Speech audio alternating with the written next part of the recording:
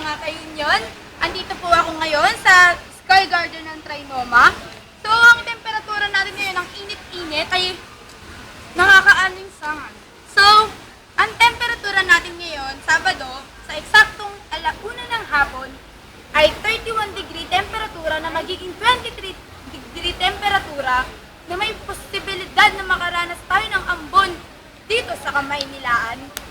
Nakakaranas naman tayo ng onting pag-ambon sa araw ng Linggo at sa temperaturang 30 degree temperatura hanggang 23 degree temperatura.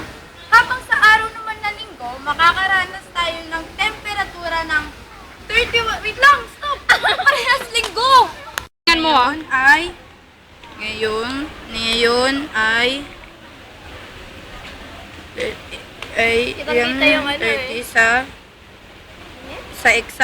sa eksaktong oras na alas una ng hapon. Hirap yun makakat ah.